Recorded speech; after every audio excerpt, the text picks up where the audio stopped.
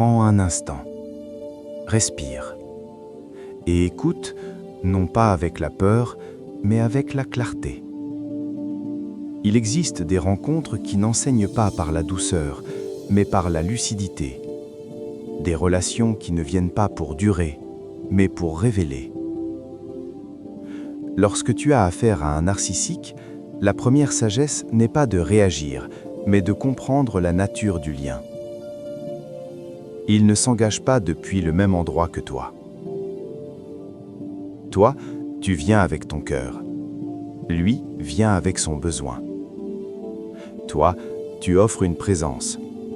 Lui cherche un reflet. Toi, tu construis un lien. Lui entretient une image. Cela ne fait pas de toi quelqu'un de naïf, cela fait de toi quelqu'un de vivant. Mais il est essentiel de comprendre ceci. Vous ne parlez pas la même langue intérieure.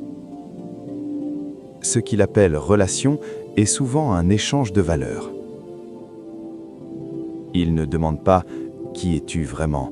Il demande « que m'apportes-tu » Validation, admiration, disponibilité, silence quand il dépasse les limites.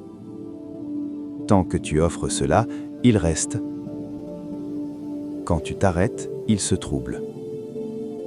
Et ce trouble n'est pas de l'amour blessé, c'est un contrôle menacé. Ne cherche pas la réciprocité là où il n'y a qu'un rôle. Tu crois être vu, mais souvent tu es utilisé comme fonction émotionnelle. Fonction de soutien, fonction de réassurance, fonction d'admiration. Quand tu demandes à être reconnu à ton tour, il se ferme, il attaque ou il se retire. Car reconnaître l'autre, c'est accepter qu'il existe en dehors de soi. La sagesse commence quand tu cesses d'expliquer.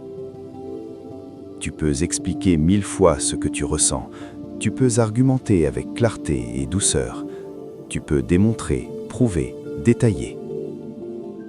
Mais le narcissique n'écoute pas pour comprendre, il écoute pour se défendre. Chaque mot devient une arme, chaque émotion, une faiblesse à exploiter.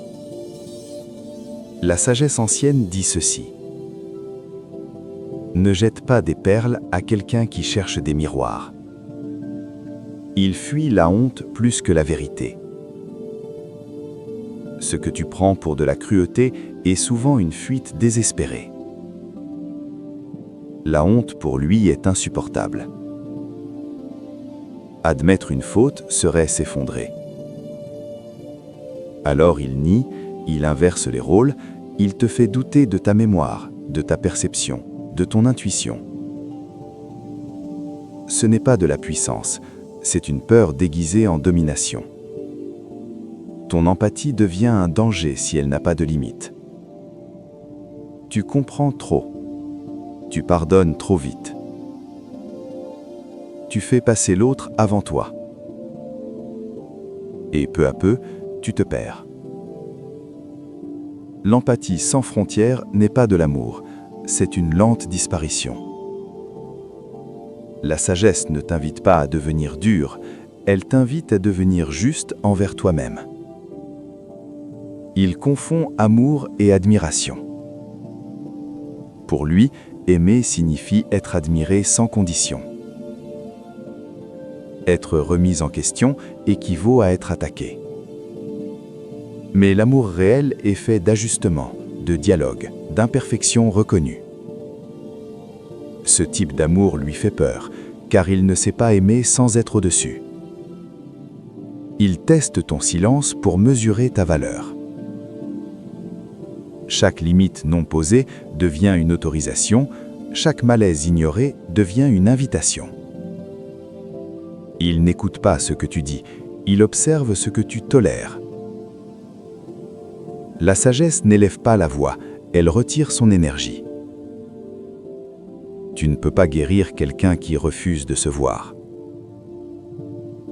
L'amour ne transforme pas celui qui fuit toute introspection.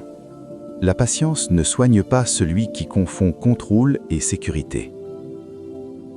Tu peux offrir la lumière, mais tu ne peux pas forcer quelqu'un à ouvrir les yeux. Le retrait conscient est une forme de sagesse. S'éloigner n'est pas abandonner, c'est cesser de te trahir. Ce n'est pas une fuite, c'est un retour à toi. Quand tu pars sans haine, sans discours, sans justification excessive, tu reprends ton pouvoir intérieur. Après lui, le silence devient un sanctuaire. Le silence te permettra de sentir à nouveau, de reconnaître ce qui est tien et ce qu'il n'a jamais été.